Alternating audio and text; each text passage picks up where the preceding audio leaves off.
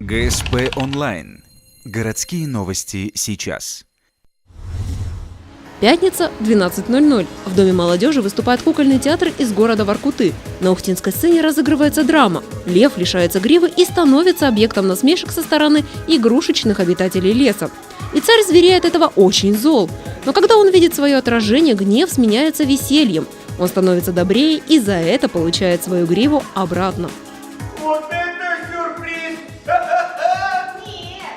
Нет, это не сюрприз. Это чудо. Чудо! Всего в активе Государственного театра кукол Республики Коми 40 постановок. В «Жемчужину Севера» приехали самые новые спектакли.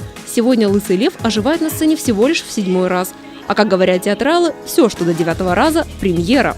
В представлении участвуют около 10 плюшевых персонажей. А вот актеров-кукольников всего 3. Однако это совсем незаметно.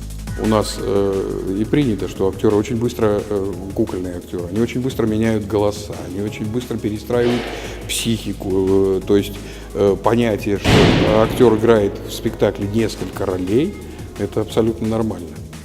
Сказка повествует о том, что совершенное зло обязательно вернется. Юные зрители учатся на примере льва быть добрее. А уже в субботу театр подарит ухтинским любителям прекрасного новый спектакль по мотивам финно-угорского эпоса «Пера Богатырь».